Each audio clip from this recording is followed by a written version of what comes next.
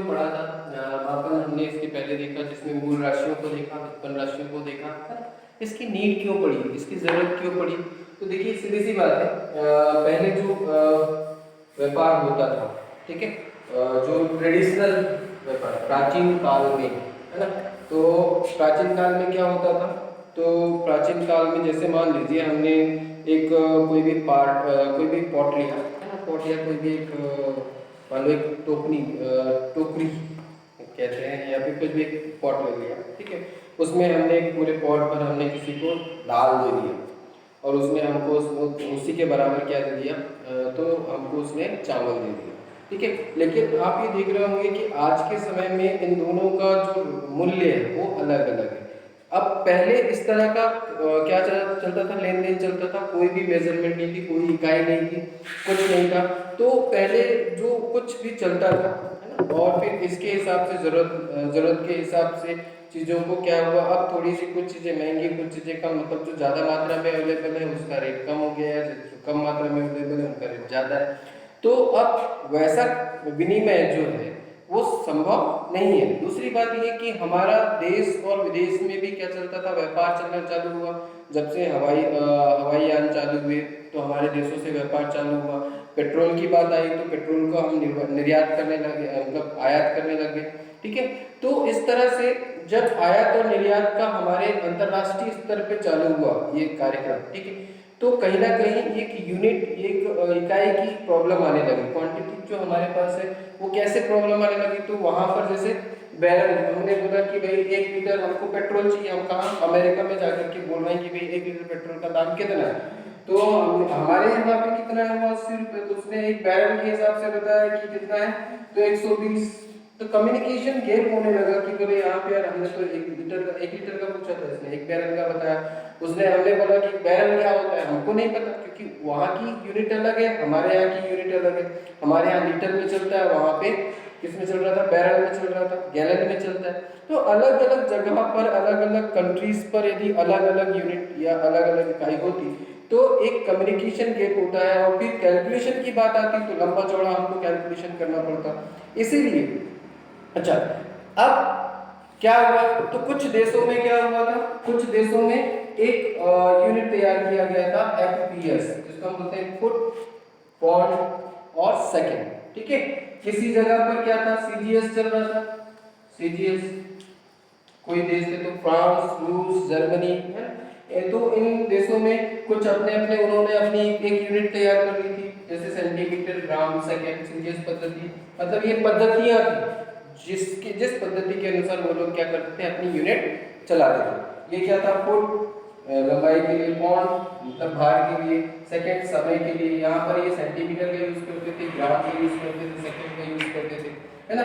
MKS चल रहा था, तो मास, है ना, ये किलोमीटर की बात कर रहे थे, और ये सेकंड हो गया, ये MKS पद्धति थी, ठीक है। तो इस तरह से कुछ ऐसी पद्धतियां थी, है ना, जो अलग अलग देशों ने अपनाई हुई थी।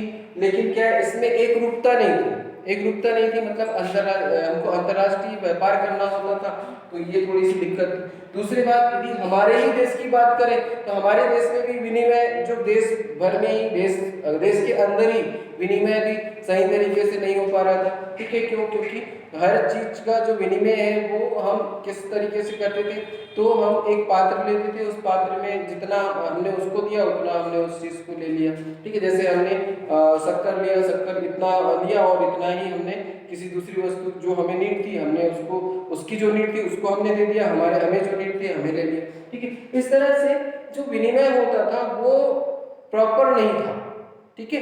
तो अब जो पहले जो चलता था उसके कुछ एग्जांपल्स मैंने आपको दिया हुआ है। देखिए हमारे जो देश में चलता था सबसे पहले जो ट्रेडिशनल था वो एक रत्ती का मतलब होता है बहुत छोटा सा। अब क्या बोलते पहले के जो लोग हैं, आपके दादा दादी जो होंगे, वो बोलते थे आपके पास रत्ती भर दिमाग नहीं है। रत्ती भर दिमाग नहीं है का मतलब क्या है, तो आप एक रत्ती का मतलब ही होता है एक जो हमारे पास छोटा सा वो दाना होता है ना किसका, तो सरसों का दाना यदि हम ले सकते हैं, सरसों का दाना छोटा सा, उसको हम एक रत्ती बोल सकते हैं, ठीक है। एक रत्ती 16 रत्ती बराबर क्या होता था, एक मासा होता था। 4 मासा बराबर एक छटाक। और ये आप पूछोगे अपने जो दादा दादी से तो आपको समझ में आ जाएगा। 16 छटाक बराबर 1 पाव, 4 पाव बराबर 1 सेर, और 40 सेर बराबर 1 मन होता था, और 2.5 मन बराबर 1 क्विंटल। अब ये देखिए कितना आपको बोला जाए, याद करिए इसको, इस यूनिट को आपको तैयार करना है तो आपको कितना ज़्यादा मतलब दिक्कत हो रहा होता है, ठीक है। तो यहाँ पर ये प्रॉब्लम्स को दूर करने के लिए क्या है, फिजिक्स में एक यूनिट तैयार, क्या हुआ कि सारे देश, करीब करीब लगभग 7 या 8 देश के साइंटिस्ट बैठे, फिजिक्स के जो टीचर्स थे, है ना, फिजिक्स के जो साइंटिस्ट थे, भौतिकी जो हमारे पास वैज्ञानिक थे, उन्होंने वो बैठे और बैठ करके उन्होंने क्या किया कि नहीं, ये जो हमारे पास यूनिट है उसको एक रूपता दी जाए और हर देश में उस यूनिट को माना जाए। तो उसके लिए उन्होंने एक यूनिट तैयार किया जिसको कहा गया स्टैंडर्ड इंटरनेशनल यूनिट, ठीक है, स्टैंडर्ड इंटरनेशनल यूनिट। और जो मैंने आपको कल लिखवाया है वो पूरे के पूरे क्या है, स्टैंडर्ड इंटरनेशनल यूनिट ही लिखवाया है, ठीक है। जैसे मास के लिए, द्रव्यमान के लिए मैंने किलोग्राम लिखाया है, ठीक है, और लेंथ के लिए मीटर लिखवाया हुआ है, ठीक है।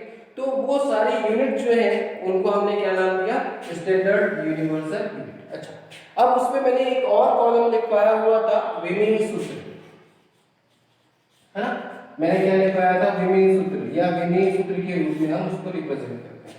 तो जो भी हमारे पास देखिए, अच्छा, फंडामेंटल जो हमारे मूल राशि मैंने कहा था, मूल राशि क्या थी, द्रव्यमान, ठीक है, ये द्रव्यमान मास। चूंकि हम इसको किसी और राशि द्वारा इसको प्रदर्शित नहीं किया जा सकता, जैसे मैंने आपसे कहा कि यदि मैं आपको लेकर जाऊं, मतलब शक्कर को मैंने बोला कि 1 मीटर शक्कर दो या 1 डिग्री शक्कर दो, तो ये पॉसिबल नहीं है। मतलब ये मास है तो हम उसको मास में ही रिप्रेजेंट करेंगे और किसी राशि में प्रदर्शित नहीं कर सकते। तो ये हमारे पास जितने फंडामेंटल राशि होती है, मतलब मूलभूत राशियां या मूल राशियां होती हैं, है ना, उसके द्वारा हमने किसको प्रदर्शित किया था, व्युत्पन्न राशि, ठीक है। व्युत्पन्न राशि क्या थी, मूलभूत राशियों से ही मिलकर बनी होती है। जैसे हमने क्या कहा था, हमने लिया था यहाँ पर कुछ मैं आपको बता देता हूँ। व्युत्पन्न राशि, व्युत्पन्न राशि हमारे पास क्या है, तो हमारे पास व्युत्पन्न राशि में हमने देखा था क्षेत्रफल, ठीक है। तो क्षेत्रफल हमारे पास क्या है, तो लंबाई गुना चौड़ाई, है ना। तो लंबाई को भी हम किससे माप सकते हैं, मीटर से माप सकते हैं, चौड़ाई को भी हम किससे माप सकते हैं, मीटर से माप सकते हैं। तो ये कौन सी मूल राशि से मिलकर बनी हुई, अच्छा, क्षेत्रफल, ठीक है। तो ये एक हमारे पास एक नई क्वांटिटी है, भाई कोई चीज फैली हुई है, फैली हुई है तो कितनी फैली हुई है, तो उसको हम किससे निकालते हैं, उसके लिए हमने एक नाम दिया क्षेत्रफल, है ना, कि इतने क्षेत्रफल में फैली हुई है, ठीक है। तो ये भी एक क्वांटिटी है, एक क्वांटिटी ये भी है, लेकिन ये कौन सी क्वांटिटी से मिलकर बनी हुई है, तो हमने बोला मूल राशि। और वो मूल राशि क्या है, तो हमने बोला लेंथ, है ना। तो उसके लिए जो हमारे पास विमेय सूत्र होगा वो कैसा हो जाएगा, तो L इंटू L, तो क्या हो जाएगा, ये इसका विमेय सूत्र क्या हो गया, L। वैसे ही हम क्या ले लेते हैं, आयतन ले लेते हैं। तो आयतन क्या होता है, आयतन लंबाई गुणा चौड़ाई गुणा ऊंचाई। तो देखिए लंबाई को भी हम किससे, मीटर से माप सकते हैं, चौड़ाई भी मीटर से माप सकते हैं, ऊंचाई।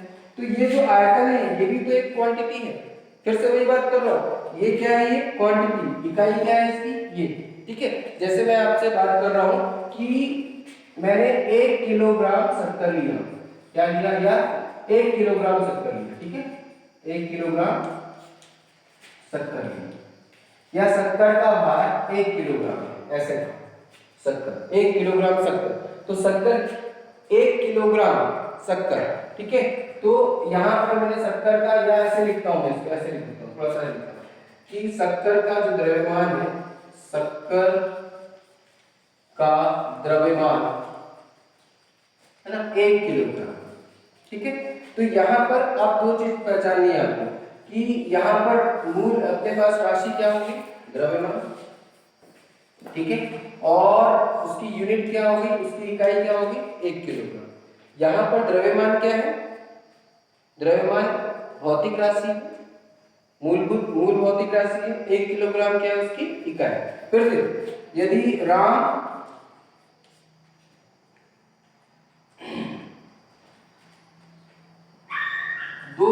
मीटर लंबाई या 2 किलोमीटर, ऐसे लिख देता हूँ राउंड 2 किलोमीटर, 2 मीटर ऐसे लिख 2 मीटर की लंबाई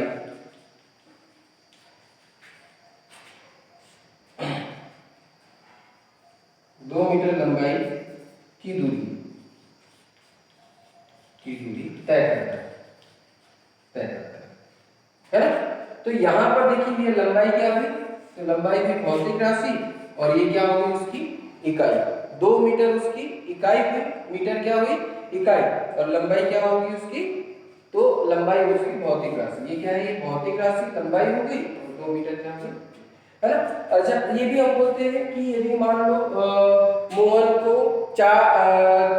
105 डिग्री बुखार है ना, तो यहाँ पर 105 डिग्री, अच्छा तापमान क्या हो जाएगा उसकी भौतिक राशि हो जाएगी, ठीक है, या मोहन का तापमान 104 डिग्री है, ठीक है, मोहन का तापमान 104 डिग्री है, तो तापमान क्या हो गया भौतिक राशि, और 104 डिग्री, डिग्री क्या हो गई अपने पास, या सेल्सियस बुखार है तो ये 104 सेल्सियस ले लेते, तो 104 सेल्सियस क्या हो गया उसकी इकाई होगी, सेल्सियस उसकी इकाई होगी। तो इस तरह से आपको पहचान में आना चाहिए कि यूनिट मतलब उसकी इकाई क्या होगी और भौतिक राशि क्या होगी, भौतिक राशि क्या होगी, ठीक है, दोनों चीजों में डिफरेंस आपको पता होने चाहिए। ठीक, दूसरी बात ये कि हमारे पास आयतन बनी है, ये हमारे पास आयतन की बात कर रहे हैं, तो आयतन किस राशि से बनी हुई है, देखिए लंबाई चौड़ाई, इसको भी हम मीटर से दिखा सकते हैं, इसको भी मीटर से दिखा सकते हैं, इसको भी मीटर से दिखा सकते हैं, तो ये क्या हो जाएगी मीटर क्यूब, या इसे हम क्या लिख सकते हैं एल और एल, क्योंकि मीटर को मैंने आपको वहां बताया हुआ है कि ये किससे मीटर से बनी हुई है। तो देखिए यहाँ पर हम इसका जो विमेय सूत्र है उसको हम कैसे लिख सकते हैं, एल तीनों का गुणन एल क्यूब, या इसका जो मात्रक हो जाता है वो हमारे पास क्या होता है मीटर क्यूब, ठीक है। घन मीटर, आयतन को हमेशा घन मीटर और इसमें दिखाते हैं ना, वही चीज है, ठीक है, ये देखिए, ठीक। घनत्व की बात करते हैं, तो घनत्व देखिए यहाँ पर घनत्व की बात करते हैं, घनत्व क्या हो जाएगा, तो घनत्व हमारे पास होता है द्रव्यमान बटे आयतन, ठीक है। तो घनत्व को भी थोड़ा समझ लीजिए, घनत्व क्या होता है, घनत्व मतलब क्या होता है डेंसिटी, डेंस सघन, है ना। तो घनत्व को आपको ये भी समझना चाहिए कि घनत्व किसे कहते हैं, या घनत्व से मतलब क्या है, आप क्या समझते हैं घनत्व, ये जो शब्द है इससे आपको क्या समझ में आता है। तो देखिए यहाँ पर मैं इसको थोड़ा समझाने का प्रयास करता हूँ, जैसे हमारे पास ये इस तरह से, ठीक है, ये तो ये यहाँ पर ये एक एरिया है, ठीक है, यहाँ पर ये कर्व, ठीक है, तो यहाँ पर देखिए इनके बीच जो डिस्टेंस है काफी ज्यादा है, तो हम बोलेंगे यहाँ पर जो घनत्व है वो क्या है किसका, इन कणों का जो घनत्व है, ये कण छोटे छोटे कण, इन कणों का घनत्व क्या है कम, लेकिन यहीं पर मैं इसको और ऐसे कर देता हूँ, देखिए ये कैसा हो गया सघन हो गया, ये ऐसे ऐसे पूरे लेते हैं, तो यहाँ पर क्या हो गया ये सघन हो गया, तो हम यहाँ पर क्या बोलेंगे कि कणों का घनत्व क्या हो गया अधिक हो गया, ठीक है। तो वही चीज हम यहाँ पर निकालते हैं कि द्रव्यमान बटे आयतन, ये देखो आयतन को मैं यदि 1 कर दूं तो इसका जो द्रव्यमान है, तो एक कण का द्रव्यमान पहले क्या था, कणों की संख्या कम थी, यदि एक कण का द्रव्यमान मान लो 2 है ना, और पहले कणों की संख्या कितनी थी 4, 4 दूनी 8 ही कण थे, इसका द्रव्यमान कितना होगा 8 होगा, ठीक है। अर्थात यदि अब यहाँ पर कणों की संख्या, चूंकि ये कैसा हो गया घनत्व इसका अधिक हो गया, सघन हो गया, सघन होना मतलब घनत्व का अधिक होना, तो दिमाग में अब एक चीज आ जानी चाहिए, घनत्व अधिक है इसका मतलब क्या है कि वहां पर कणों की संख्या या कोई भी चीज है ना, यदि हमने बोला कि पेड़ पौधों का घनत्व बहुत ज्यादा है तो वहां पर पेड़ पौधे क्या होंगे पास पास होंगे, चिपके होंगे। ऐसे ही यदि हम द्रव्य की अवस्थाओं की बात करते हैं तो द्रव्य मतलब ये द्रव्य, देखिए ये द्रव्य की बात करते हैं तो द्रव्य मतलब पदार्थ, इनकी 3 अवस्था होती है ना, तो पदार्थ की 3 अवस्था होती है, तो हमारे पास कौन कौन सी होती है, तो हम बोलेंगे गैस, द्रव और ठोस, ये 3 अवस्थाएं होती है। तो गैस में जो अणु होते हैं काफी दूर दूर होते हैं, तो गैस में अणुओं का जो घनत्व होगा वो कम होगा। द्रव में थोड़े पास पास में होते हैं, तो यहाँ पर गैस द्रव में अणुओं का जो घनत्व होगा काफी ज्यादा होगा। ठोस में अणुओं का घनत्व और ज्यादा होगा। समझ में आ रही है? तो घनत्व से मीनिंग समझ में आ रहा है? तो ये घनत्व होगा, ठीक है। तो ये क्या होता है? तो कौन कौन सी मूल राशियों पर निर्भर करते हैं? तो हम बोलेंगे द्रव्यमान पर और किस पर? आयतन पर। थोड़ा सा ध्यान दीजिए, द्रव्यमान हमारे पास क्या है? द्रव्यमान को हम किससे दिखाते हैं? m से। इसका डायमेंशन क्या होता है? कैपिटल M, ठीक है। आयतन अभी जस्ट हमने देखा L क्यूब। अब इसको मैं यदि लिखना चाहूंगा तो इसका डायमेंशन क्या हो जाएगा? देखिए ml, ये नीचे पर है, इसको जब ऊपर लेकर आएंगे तो -3 अपने पास हो जाएगा। ये इसका डायमेंशन फॉर्मूला हो गया, ठीक है। इसी तरह से यदि हमारे पास बल की बात करते हैं, बल, तो बल बराबर क्या होता है? अच्छा, इसके पहले मैं आपको बता दूं कि वेग, थोड़ा सा समझ लीजिए ना। मैंने आपसे कहा कि कल हम व्युत्पन्न राशियों को देखेंगे जो मूल राशियों से बने होते हैं। ये हमारे पास सारे के सारे क्या है? ये क्या है? क्षेत्रफल। तो क्षेत्रफल लंबाई गुणित चौड़ाई किससे मिलकर बनी है? मूल राशि से मिलकर बनी है। कौन सी राशि कहलाएगी? व्युत्पन्न राशि। ओके, ये भी एक भौतिक राशि है। क्षेत्रफल भी क्या है? भौतिक राशि है। आयतन भी क्या है? भौतिक राशि है। घनत्व भी क्या है? भौतिक राशि है। तो ये सारी राशियां किससे मिलकर बन रही है? देखिए आप देख रहे हैं सभी जगह ये किससे मिलकर बन रही है? सारी की सारी मूल राशियों से मिलकर बन रही है। यदि अपन बात करते हैं वेग या स्पीड बोलते हैं, हमने बोला स्पीड है ना इसको, तो या चाल, स्पीड, और ये मैं बताऊंगा जब सभी पढ़ेंगे तो वेग और चाल में डिफरेंस भी देखेंगे, वो सारी चीजें, तो वो अभी हम उसको स्किप करते हैं। लेकिन ये क्या होगा? तो ये हमारे पास क्या है? तो हमको मालूम है कि दूरी बटे समय। दूरी किससे मापते हैं? तो लेंथ। समय किससे मापते हैं? तो अपन क्या करते हैं? समय t को सेकंड टाइम, ठीक है। तो इसका जो विमीय सूत्र हो जाएगा वो क्या हो जाएगा? L t-1, ठीक है। तो ये स्पीड, मतलब सीधी सी बात ये है कि ये दूरी, अब इसको थोड़ा सा समझ लीजिए कि हम स्पीड क्या है। तो सीधी सी बात है भाई कि एक व्यक्ति है, यहाँ पर अपन लेते हैं, ये एक व्यक्ति है ना, 4 मिनट में उसने कितनी दूरी तय किया? तो 4 मिनट में उसने 100 मीटर दूरी तय किया, एक व्यक्ति, ठीक है। और दूसरा व्यक्ति 4 समय वही ले रहा है, 4 मिनट ही ले रहा है, लेकिन उसने 200 मीटर दूरी तय किया। कितनी मीटर दूरी तय किया? 200 मीटर। एक व्यक्ति ने 4 मिनट में 100 मीटर दूरी तय किया और दूसरा व्यक्ति 4 मिनट में 200 मीटर दूरी तय किया, ठीक है। अब देखिए यहाँ पर समय एक ही है, एक ही लिया, दोनों ने समय एक ही लिया, इसने भी 4 मीटर लिया, इसने भी 4 मीटर, लेकिन इसने 100 मीटर दूरी तय किया और इसने 200 मीटर दूरी तय किया। तो ऑब्वियसली अब इसको मापने के लिए, इसको मेजर करने के लिए हमारे पास एक नई राशि आई जिसको हमने क्या नाम दिया?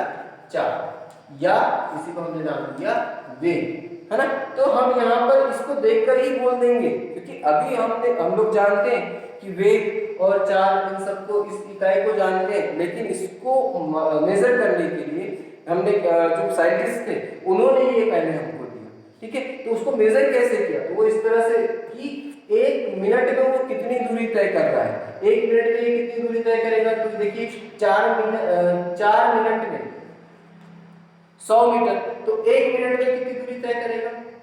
देखिए तो कितना हो जाएगा? 25 मीटर तय करेगा, ठीक है। 1 मिनट में कितनी? 25 मीटर दूरी तय कर रहा है। ये 1 मिनट में कितनी करेगा? तो 4 पंचे 20, है ना। तो 1 मिनट में कितनी तय कर रहा है? 50 मीटर दूरी तय कर रहा है। 1 मिनट में ये 50 मीटर दूरी तय कर रहा है, 1 मिनट में ये 25 मीटर दूरी तय कर रहा है। तो किसकी स्पीड ज्यादा होगी, किसकी चाल ज्यादा होगी? तो हम बोलेंगे इसको A बोल दिया, इसको B, तो B व्यक्ति की चाल क्या होगी? ज्यादा होगी। तो हम इसको कैसे निकालते हैं? तो स्पीड क्या है? तो 1 मिनट में तय की गई दूरी, 1 मिनट में तय की गई दूरी, तो t सेकंड में कितनी दूरी तय कर रहा है? तो हमने बोला d दूरी तय कर रहा है, तो 1 मिनट में कितनी करेगा? तो d/t, तो डिस्टेंस अपॉन टाइम। ये क्या मिल गया हमको? स्पीड मिल गया। और ये दोनों कैसे हैं? तो डिस्टेंस क्या है? लेंथ, टाइम क्या है? समय, ठीक है। तो दोनों कैसे हैं? दोनों मूल राशि है, और दोनों मूल राशि है तो हमारे पास ये स्पीड क्या है? एक तीसरी भौतिक राशि है जिससे हम किसी भी व्यक्ति के गति या किसी भी वाहन के गति को क्या करते हैं? मापते हैं। तो स्पीड या चाल वो एक क्या है, भौतिक राशि है जो कि किससे बनी हुई है, मूल राशि से बनी है। किस किस से, दूरी और समय, इन दूरी और समय से मिलकर के बनी हुई है। और इसका विमेय सूत्र यदि हम देखेंगे तो विमेय सूत्र क्या हो जाएगा, lt माइनस 1। इसी तरह से हमारे पास क्या रहता है, एक्सेलरेशन, या इसको हम बोलते हैं त्वरण। त्वरण क्या होता है, तो त्वरण वेग में परिवर्तन, है ना, वेग में परिवर्तन, परिवर्तन बटे समय, है ना। तो त्वरण क्या होता है, त्वरण एक्सीलेटर, जब आप गाड़ी का एक्सीलेटर बढ़ाते हैं तो वेग बढ़ता है, ठीक है, ब्रेक लगाते हैं तो वेग कम होता है। तो त्वरण जब हम ब्रेक लगाते हैं उसी त्वरण को, चूंकि वेग कम होता है इसलिए उसको मंदन नाम दे देते हैं, और जब वेग बढ़ रहा होता है तो उसको हम क्या नाम दे देते हैं, त्वरण नाम दे देते हैं। तो वेग में परिवर्तन हो रहा है, चाहे वो धीमा हो या तेज हो, तेज होगा तो उसको हम त्वरण बोल देंगे और कम होगा तो हम उसको मंदन बोल देंगे, ठीक है। तो इस तरह से हमारे पास एक व्युत्पन्न राशि और एक भौतिक राशि और मिल गई जिसको हमने नाम दिया त्वरण, ठीक है, त्वरित गति, ठीक है। त्वरित गति बोला मतलब वेग क्या हो रहा है, बढ़ते जा रहा है। Is that clear. तो एक्सीलेटर हम बढ़ा रहे हैं, एक्सीलेटर बढ़ा रहे हैं, इसका मतलब हम क्या कर रहे हैं, तो वेग को बढ़ा रहे हैं, तो उसमें अब उस समय क्या बोलेंगे, त्वरण। जैसे ही हमने ब्रेक लगाया तो वेग क्या हुआ, कम हुआ, तो उसको हम क्या नाम देंगे, मंदन, ठीक है। तो वेग में, इसलिए मैंने वेग में क्या लिखा है, परिवर्तन। वेग में वृद्धि नहीं लिखा, वेग में कमी भी हो सकती है, वृद्धि भी हो सकती है। कमी होगी तो उसी त्वरण को हम मंदन नाम देंगे, और वृद्धि होगी तो उसी त्वरण को उसको हम क्या बोलेंगे, त्वरण बोलेंगे।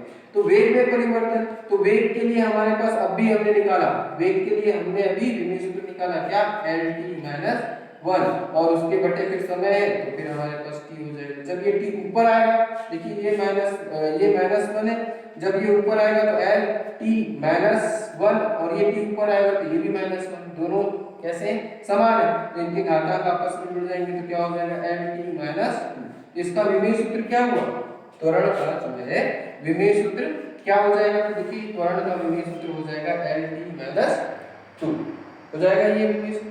तो देखिए हमने क्या निकाला, इसकी विमेय सूत्र को हम निकालते जा रहे हैं। देखिए विमेय सूत्र हम कैसे निकालेंगे, ये चीजें हम समझ रहे हैं धीरे धीरे, ठीक है। पहले हमने किसका निकाला, क्षेत्रफल का, जो दो मूल राशियों से मिलकर बनी हुई है। लंबाई जिसको हम लेंथ या मीटर से ही हम मापेंगे, ये भी मीटर से, तो l का गुणा होगा तो l स्क्वायर लंबाई। तो ये सारी चीजें हम क्या पढ़ रहे हैं, हम इन किसके बारे में पढ़ रहे हैं, व्युत्पन्न राशि के बारे में। ये व्युत्पन्न राशि क्या होती है, व्युत्पन्न राशि जो कि मूल राशियों से बनी हुई होती है। तो हम ये क्या निकालने जा रहे हैं, ये सारे क्या है, तो मैंने आपको पहले ही नोट करवाया हुआ है, तो वो उससे हम क्या निकालने जा रहे हैं, ये विमेय सूत्र निकालने जा रहे हैं। तो ये आयतन का है, घनत्व का है, ये हमारे पास क्या हो गया, तो वेग या चाल का हमारे पास ये हो गया। त्वरण के लिए हमने ये निकाल लिया। अब हम बात करते हैं बल की, तो बल बराबर क्या होता है, द्रव्यमान गुना त्वरण, ठीक है। तो आप लोगों ने 9th क्लास में पढ़ा ही होगा, 9th क्लास में नहीं पढ़ा होगा तो 10th क्लास में बल को जानते ही होंगे, तो द्रव्यमान गुणा त्वरण, ठीक है। तो देखिए यहाँ थोड़ा समझिएगा, ये क्या हो जाता है, m l t माइनस, देखिए यहाँ पर द्रव्यमान के लिए क्या है, तो अभी हमने निकाला m, हम जानते हैं विमेय सूत्र मास, द्रव्यमान को हम किससे डिनोट करते हैं, मास, m, विमेय सूत्र उसके लिए क्या है, m, ठीक है। फिर से यहाँ पर देखिए ये त्वरण के लिए हमने क्या निकाला, lt माइनस 2, तो मैं डायरेक्ट यहाँ लिख देता हूँ lt माइनस 2। तो ये हमारे पास बल का विमेय सूत्र क्या मिल गया, ये मिल गया, ठीक है। इसके बाद देखिए हम कार्य, ठीक है। तो कार्य क्या होता है, तो कार्य होता है, देखिए यदि मैं यहाँ पे कार्य को लिखता हूँ तो क्या होता है, बल गुना विस्थापन, बल गुना विस्थापन, भाई सीधी सी बात है। कार्य का मतलब ही क्या है, जैसे मैंने कहा कि ये आपका पॉट है या फिर यहाँ पे बाल्टी रखी हुई है, आप इसको यहाँ से उस जगह पर लेकर जाइए, तो आपने क्या किया, आप बाल्टी को उठाने के लिए क्या लगाएंगे, बल लगाएंगे, बल लगा करके आप वहां पर ले जा रहे हैं, तो आपने क्या किया, विस्थापन किया, बल गुना विस्थापन, तो वो क्या हो जाएगा आपका कार्य। फिर यदि आपने बाल्टी को यहाँ से वहां तक नहीं ले गए तो क्या कार्य होगा, नहीं। यदि विस्थापन नहीं होगा बल के साथ, यदि विस्थापन नहीं होगा तो कार्य भी नहीं होगा, अर्थात कार्य के लिए क्या आवश्यक है, बल और विस्थापन। तो देखिए हमारे पास बल क्या है, तो बल का विमेय सूत्र हमने निकाला हुआ है m l t माइनस 2, और हमारे पास विस्थापन, विस्थापन क्या है, दूरी, विस्थापन एल लेंथ, तो देखिए यहाँ पर एल से एल का गुणा हो जाएगा तो हमारे पास क्या हो जाएगा L square T minus two, ये हमारे पास क्या हो गया कार्य। ठीक है, और कार्य की ऊर्जा की माप होती है तो ऊर्जा के लिए भी यही हो जाएगा। तो इस तरह से हमारे पास हमने क्या निकाल लिया, ये विमेय सूत्र। तो विमेय सूत्र हम कैसे निकालेंगे जो नई नई भौतिक राशि, तो बेटा ये ज्यादा टेंशन लेने की जरूरत नहीं है, ये सारी चीजें हम फिजिक्स में और आगे सभी को डिराइव करेंगे अलग अलग और सबके विमेय सूत्र फिर से निकालेंगे।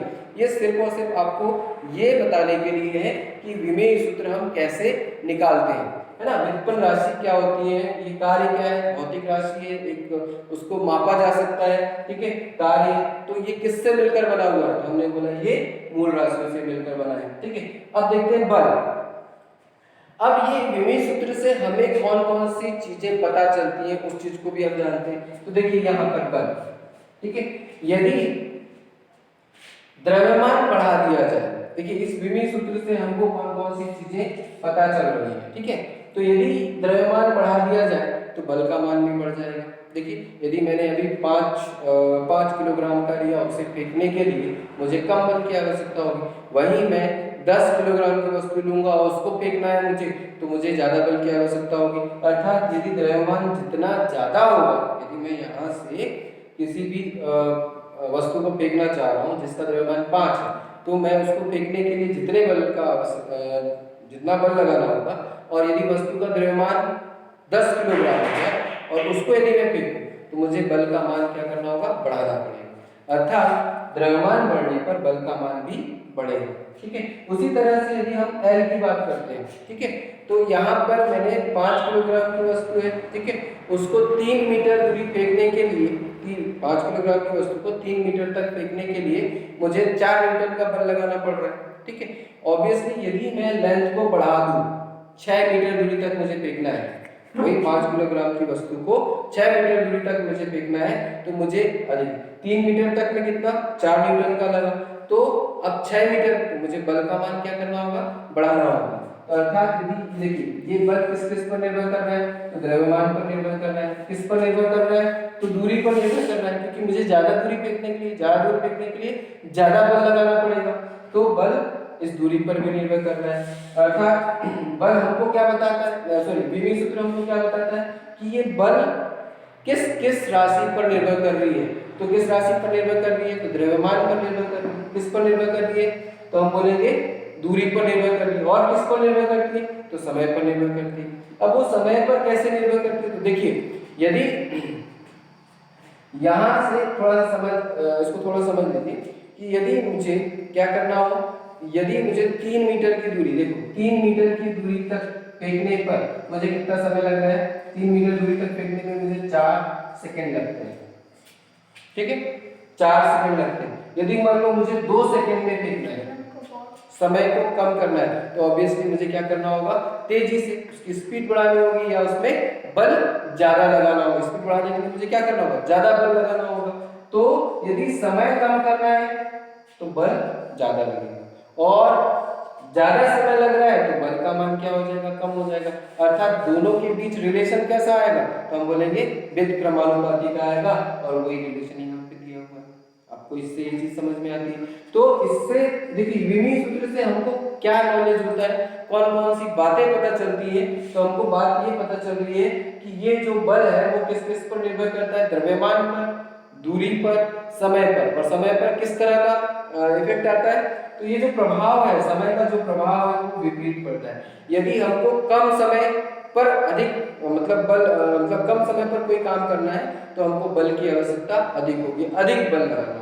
ठीक है, तो बल और समय में कैसे रिलेशन कैसा होता है, व्युत्क्रमानुपाती का।